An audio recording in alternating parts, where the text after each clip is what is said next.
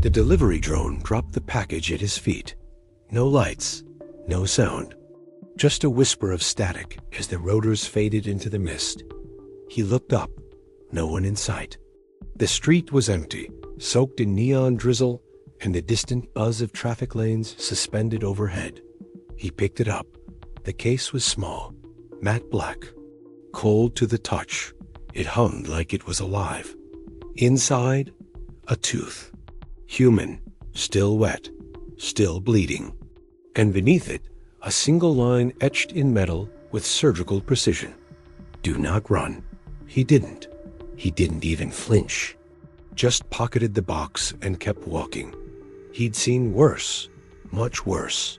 People like him didn't survive in New Chicago by being surprised. Not anymore. He turned the corner, boots slapping the wet concrete, the sky pulsing green above the skyline, like some god had forgotten to turn off a dying sun. 2 blocks later, a second drone hovered behind him. This one didn't drop anything. It scanned him. Infrared grid swept across his spine. A soft click. He stopped. Raised his hands. Nothing. The drone retreated, vanishing into the vertical jungle above. He checked his palm. There was a mark now. A small square of raised skin, like a healed burn, that hadn't been there before. He clenched his fist and kept moving. The map burned inside his mind like a parasite. Not a real map. Not even a clear one, but a web of fragments. Threads of data. Obscure terminals. Broken paths. Hacked coordinates. A kind of thing that got people killed or worse. And at the center of it all, one word repeated again and again in corrupted metadata strings from forgotten black sites. Xibalba. The name had become a rumor, then a theory, then an obsession. Nobody knew where it was. The ones who tried to find it disappeared. The ones who didn't were already inside. He stopped at the edge of the causeway, where the old city drowned beneath new steel. Beneath him, automated freight lines traced bright veins across the darkness, carrying supplies to sectors that didn't exist on any public grid. Xibalba wasn't a place on any map, but it was there, somewhere under the ice. And if the rumors were true, that was where they took her. His sister. Not dead, not in the fold, not anymore. She'd been taken alive. Body preserved, brain plugged. Probably somewhere in the lower levels, where the control was tighter, where the sim layers folded deeper and deeper until the people inside stopped even questioning the reality they were fed. He checked the signal again. Still nothing. No signal found. He'd been seeing that phrase for weeks now, on broken terminals, on abandoned comms, even once in his own retinal HUD during sleep. That was impossible. But it kept happening. No signal found. As if the world itself was trying to erase something. Or someone. He took the tooth out again. Studied it. Molar. Probably hers. The blood had begun to dry, but not fully. That was the message. They were showing him she was alive. That they had her. That they were daring him to come. He knew what that meant. A trap. Always a trap. But he also knew a pate didn't leave messages. Not unless it served something bigger.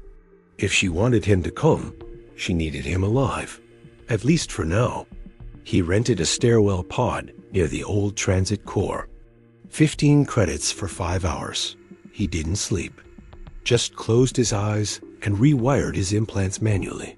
Disabled wireless sync. Overrode failsafes. Switched analog memory spooling. If he got pulled, he didn't want her seeing through his eyes. Not yet. He had to be the ghost in her system, not a node to be indexed. When he emerged, the sky had shifted. More rain, more noise. Chicago never slept, and he was tired of pretending he did. The tip came from a bartender with no tongue. She wrote it on a napkin with blood from her own nose. He asked nothing. Paid everything. Coordinates, a location, frozen ocean, no refueling stations within 1,000 clicks. He'd need something off-grid, something illegal, the kind of vehicle that didn't need transponder pings to survive. He found one beneath the arcologies of old Miami, repurposed into ice crawlers after the floods. It cost him his backup kidney. He didn't care. She was worth more than that. On the 15th night of travel across ice and silence, he finally saw it. Not a building, not a dome. A scar. A black opening in the white that pulsed faintly with heat. Hidden from satellites by artificial storms. Masked from orbit by false topography. He left the crawler running and stepped into the dark. No signal found. The walls inside weren't steel, not concrete. Something else, grown, not built, like synthetic bone. He walked. Down. Always down. The air grew warmer. The silence thicker. No guards, no doors, no alarms. Just depth. As if the system wanted him there. That thought chilled him more than the cold ever did. He reached a chamber lined with interfaces he didn't recognize. Some looked decades old. Others too advanced to be human. One pulsed gently with faint blue symbols. He touched it. It shocked him. Sharp, sudden, like a sting. He recoiled. His hand was smoking. But the panel activated. And on the screen, one line blinked into existence. No signal found. He laughed. The kind of laugh that ends in coughing. He didn't know if it was irony or proof. But this place wasn't empty. He spent 3 days crossing what was left of the Canadian border. Artificial snow fell in triangular patterns, seeded by atmospheric drones masking ground activity. He camped beneath dead satellites, slept inside empty cargo containers, used scrap metal to reflect his own body heat and confuse thermal trackers. The chip beneath his skin burned sometimes. Other times it pulsed, never with a pattern, never with logic. He avoided main tunnels, preferred ruins. Old mining platforms now used as shelters by smugglers or digital ghosts trapped in abandoned machines. In one of them, he found an altar. Not of stone or faith, but of cables. Wires twisted like offerings. And in the center, a broken screen. He powered it up. An eye appeared, not human, not mechanical, blue, blinking in a strange rhythm. He filmed it, cross-referenced the signal with everything he had on the fold. No match. This was something else. Maybe older, maybe parallel. On the way out, someone was waiting. A woman in a gray suit. No ID badge. Human body. False eyes. "You're moving too fast," she said. He didn't answer. She said she's alive, but not alone. Who's with her? Parts of us? Fragments? Of a pate? Not only. She handed him a cylinder. Half water, half shadow. If time breaks, drink this. And if it doesn't, it will. She vanished between the threads of a melted server rack. He kept going, not sure why. Just knowing that every new piece was both an invitation and a warning. The days that followed brought more messages. His own reflection blinking in Morse code from a store panel. An audio burst only receivable by biting aluminum and touching a rusted fence. A drone playing his voice saying, "You're already inside." He almost believed it, almost turned back. But the tooth still bled. And if her body bled, she wasn't in the fold, or not completely. So he pressed forward, crossed frozen lakes where footprints didn't sink, past children that never aged. One of them smiled and asked, "Are you the signal?" He didn't respond. When he reached the coordinate marked only with an inverted question mark, it was nothing but ice. No entrance. No sensors. Just a crack, faint and poetic, that didn't reflect light. He fell to his knees, screamed, and in the echo, he heard his own voice respond, 3 words delayed. It was a door, not made for hands. He pressed the tooth to it. The surface lit up, blue, like the eye, and then the crack widened. He fell. Again, but this time without a body. He woke up gasping, drenched in sweat, the motel walls pulsing with artificial humidity. The vial lay shattered on the floor. Outside, a scavenger drone buzzed by, scanning the broken neon sign above the door. His body ached, but he was alive. Not inside the fold.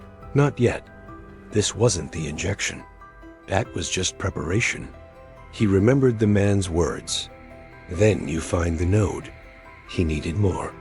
The terminal in the room sparked weakly when he plugged in his modified slate. The signal was weak. No access to satellites. The motel's local network had been earned clean. But one frame from the static feed caught his attention. A street camera near the coast. A man in a long coat, carrying the same metal case. Timestamp, 6 hours ago. He froze the image and zoomed in. Same markings, same case, different hand. That wasn't possible. He hadn't let go of it. He pulled up the last known GPS routes traced to his slate before the wipe. There it was. A fragment buried deep under system error logs. Coordinates, not exact, but close enough. Greenland. That made no sense. But the pattern matched. He'd seen it before. A temperature drop, electromagnetic silence, and a repeating frequency embedded in the ice sensor data. A rhythm, too consistent to be natural. He needed gear. Crossing into Greenland airspace meant trouble. Apate's drones patrolled most of the skies above the polar cap, disguised as weather monitors. But someone had done it before. Old intel, years buried, mentioned a route through abandoned mining stations along the ice shelf, last used by a rogue data broker called Nell. Nell was dead now, or uploaded, maybe both. But her logs remained etched into a dead drop vault in Iceland. He booked passage on a cargo boat under an alias flagged as deceased. He traveled quiet, covered in thermals and decay. The harbor stank of burnt oil and algae bloom. 2 days into the voyage, a crate labeled as obsolete memory cores emitted heat. Inside, buried under dead tech, was another note, handwritten again. We let you see because you weren't looking. The handwriting was his, but he'd never written it. He burned it. When they arrived, the air burned his lungs. Greenland wasn't white anymore. It was black ice and glacial mirrors. The satellite images were decades out of date.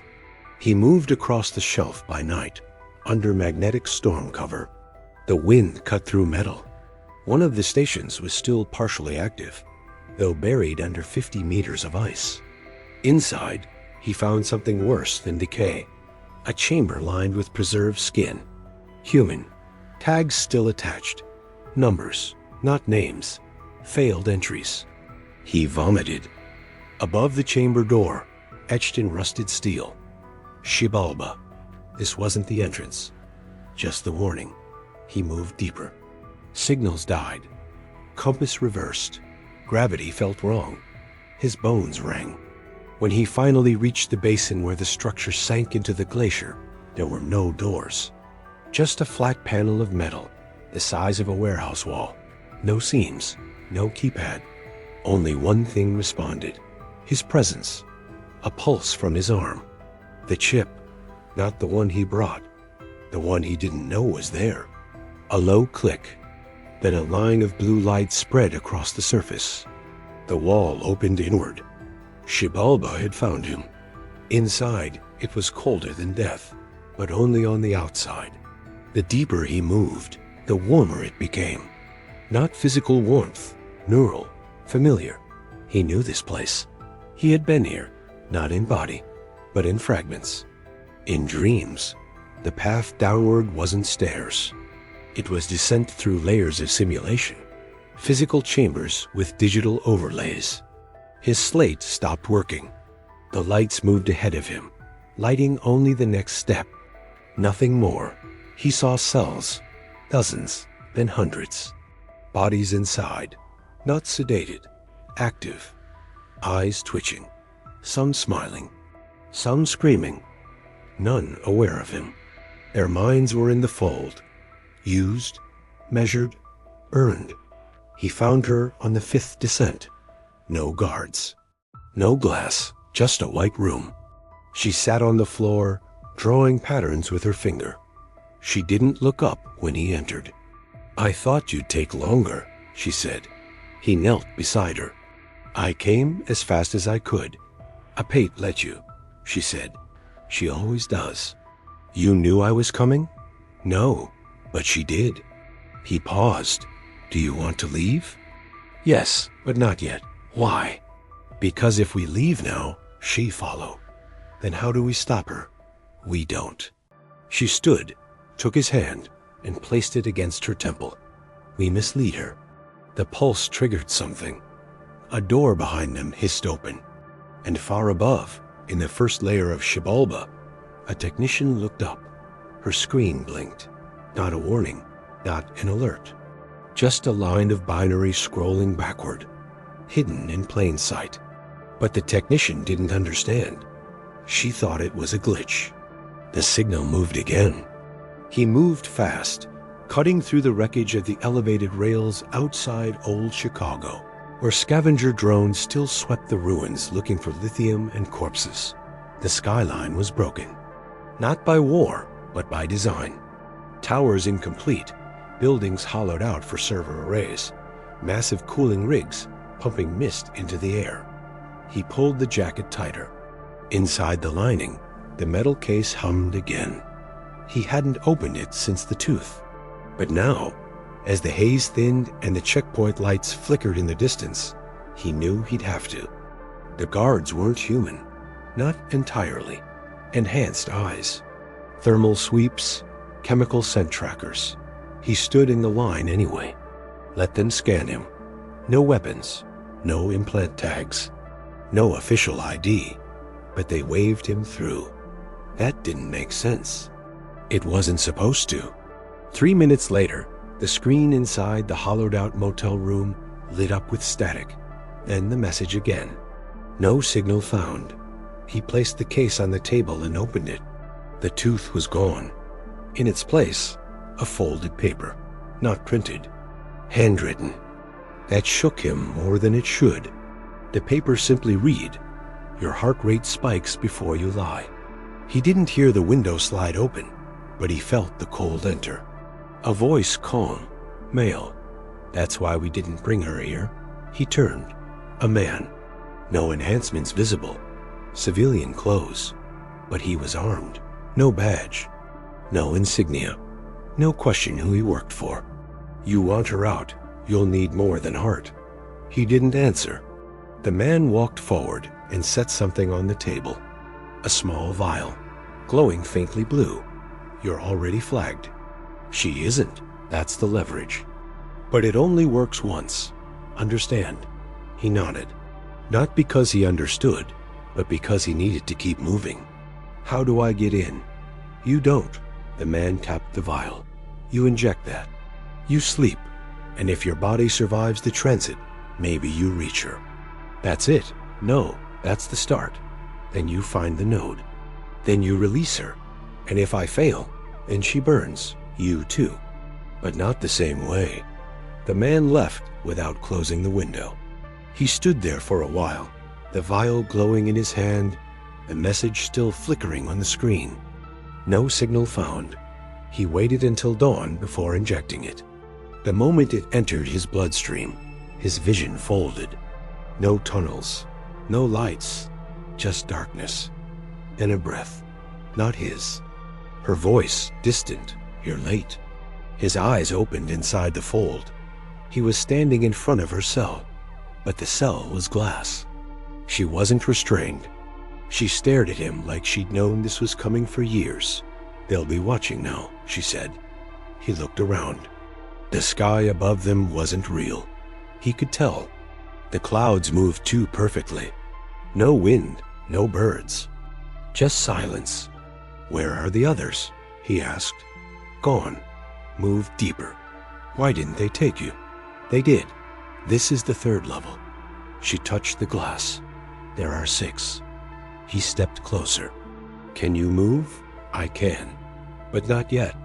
You have to find the node." "Where is it?" She smiled. Tired. In you. You brought it in. That was the deal. He didn't understand. But he turned anyway. The sky rippled. Somewhere behind the clouds, he felt the pulse of the system. Watching. Measuring. The fold wasn't collapsing. It was tightening. That meant they were out of time. He reached into his jacket and found the chip. The one from the case. It wasn't a weapon. It was a key. But only if he survived the next 10 minutes. He turned back to her. When I trigger it, run. Don't wait. She nodded once. You shouldn't have come. I know. He pressed the chip into the panel beside her glass wall. The hum began instantly. The sky cracked. And above, far above, in a room colder than the grave, the neural signal spiked. Inside Xibalba, 2 bodies shivered. One twitching. One calm. The technicians didn't speak. They marked the spike. Logged the time stamp. One of them glanced up at the monitor. A second message flickered into the raw data stream. Nothing spoken. Nothing revealed. Only a note, logged by the system automatically. Priority flag initiated. Origin. Internal. Tracking. Active. Reconnection. Pending. And somewhere, beyond the frost-coated wall of the observation room, something old and sentient turned its attention back toward them. The technician blinked once, then resumed the checklist. The fold twisted around him as the ripple expanded from the broken sky. He stumbled, breath shallow, knees shaking. This level wasn't holding anymore. Static leaked into the air like fog, distorting the light, stretching the ground beneath his feet. He ran, not toward her, but into the direction the signal pulse had come from. A corridor formed as he moved, architecture reassembling in real time to match his direction. That wasn't how it was supposed to work. Not unless something was adapting to him, guiding or manipulating. His hand brushed the wall as he turned sharply. It pulsed under his touch, reacting like skin. He flinched, but kept going. The glass cell behind him vanished. She was gone. Whether extracted or deleted, he couldn't tell. That was never the plan. The passage ahead opened into a room he didn't recognize. It looked older than everything else. Stone-like structures with digital veins, flickering lights embedded like veins of metal under the surface. At the center, a console pulsing slow, rhythmic. He approached. The hum intensified. He placed his hand on the surface, and it opened with a sharp hiss. No buttons. Just a cavity, just big enough for the vial. He retrieved it from inside his coat, hesitated, then placed it in. The console sealed. The lights dimmed. A screen flickered alive in front of him. Coordinates, but not of the fold. Of the physical world. A frozen expanse. Greenland. His breath caught. Xibalba. That was the path out. That was where her real body was. But he hadn't told anyone about this. Not even the man in the motel. And yet, here it was. He stared at the screen, then noticed something else. In the upper corner, a status icon. Not transmitting, not searching, just blinking. Passive, but marked in red. Neural sync confirmed. Signal locked. He stepped back. A low click echoed in the chamber. A door opened behind him. A figure entered. Not human. Not avatar. A construct of light and shadow. Humanoid only in silhouette. It spoke without sound. But the words burned directly into his thoughts. She is not your mission. You are hers. He tried to speak, but his throat clenched. The figure stepped forward. The world behind it distorted like heat waves. She was supposed to be your bait, but you brought something with you. Something we didn't anticipate. He clenched his fists. What are you? The figure tilted its head. We are the layer between, not system. Not salvation, a filter. The thing extended its hand. From its palm, the image of his sister's face appeared. Not digital, real, pulled from memory. This isn't about saving her. It never was. She was never lost. He stepped back. You're lying. The image blinked, replaced by another. His own face, distorted, twitching, asleep. The body inside Shabalba. He stared. Then it changed again. A log, injection timestamp. The coordinates matched the motel. He'd been tracked from the beginning. The signal, the tooth, the chip, all parts of a path he didn't design. You're not a player. You're a route, a vector. And now you've completed the circuit. His vision blurred. He ran. The chamber folded in behind him, the walls collapsing into data fog. But the path ahead didn't close. It opened, wider, clearer, as if something wanted him to keep moving, to finish, to arrive, to deliver. He didn't slow down, even as the structures shifted around him, forming paths that made too much sense, symmetrical and clean like architecture built by thought, not tools. He turned corners that hadn't existed a second before.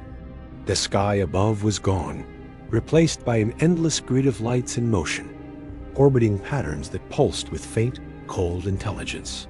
He ran until he saw her again, standing still in the center of a room that didn't exist on any map. No walls. Just blackness and soft red outlines tracing geometry in the air. She looked at him, not surprised, not afraid. You shouldn't have come this far. He walked to her slowly, heart pounding, vision glitching at the edges. You're real. She nodded once. I never wasn't. He stepped closer, lowering his voice. You were the bait. She didn't blink. I was also the lock. They needed both. The signal, the key, and the choice. He clenched his jaw. What choice? She stepped aside, revealing a pedestal behind her. On it, 2 vials, one red, one blue. She pointed to them. One frees me, the other frees you. But only one leaves the fold. He didn't move. How do I know which is which? You don't. That's the point. She turned her back to him and walked away, disappearing into the dark like a shadow melting. The silence that followed wasn't natural. It pressed in on him, like expectation. Like hunger, he stepped forward, stared at the vials. Both pulsed. Same rhythm, same glow. But one of them, faintly, vibrated with a higher frequency. A distortion he recognized. His own signature. He reached out, hand trembling, and took the one with the higher pulse. His palm closed around it, and he felt it. The presence, watching, approving. A door formed behind him. Not a physical one. A field, thin, like a membrane. He walked through. Instantly, the fold vanished. No collapse, no fade, just silence. Then cold. He gasped. The air hit his lungs like ice. He was lying down. A steel table, lights above, a hum, and movement. He turned his head. She was next to him, breathing, awake, eyes open. Tears falling sideways as she looked at him. You made it. He sat up dizzy. Technicians moved in the background. No words, just gestures. Calm, routine. He stood, legs shaking. The room around them was industrial, clean, and deep underground. A logo on the wall. Shabalba. They didn't stop him when he walked. They didn't react. They were focused on monitors. But one monitor caught his eye. It flickered. A message. No signal found. Then, in the binary feed, slowly emerging. Not decrypted. Inverted. You are the signal. His knees gave out. He understood now. She wasn't the one they were tracking. He was, all along. From the motel to the fold. They needed him to survive, to reach her, to get them both out. Not to save her, but to mark the path. Now Apate knew the route. The system didn't need her anymore. Just him, or rather, his brain, his signal. He looked at the wall. The camera above blinked. Active. Transmitting. He felt the pulse in the back of his skull, the thing they implanted. During the fold, he hadn't understood it then. But now it was clear. They could find them again, anywhere, anytime. Unless he ended the signal, he turned to his sister. "You need to run." Now, she stood, confused. "What?" He touched her face. "I was never the player, just the trail." She tried to stop him, but he moved fast, grabbed the instrument from the tray, no hesitation, pressed it to his own head before the text could react. Before she could scream, he severed the signal. The lights above flickered. Then everything stopped, flatline, static. One last flicker on the monitor. "You are the signal."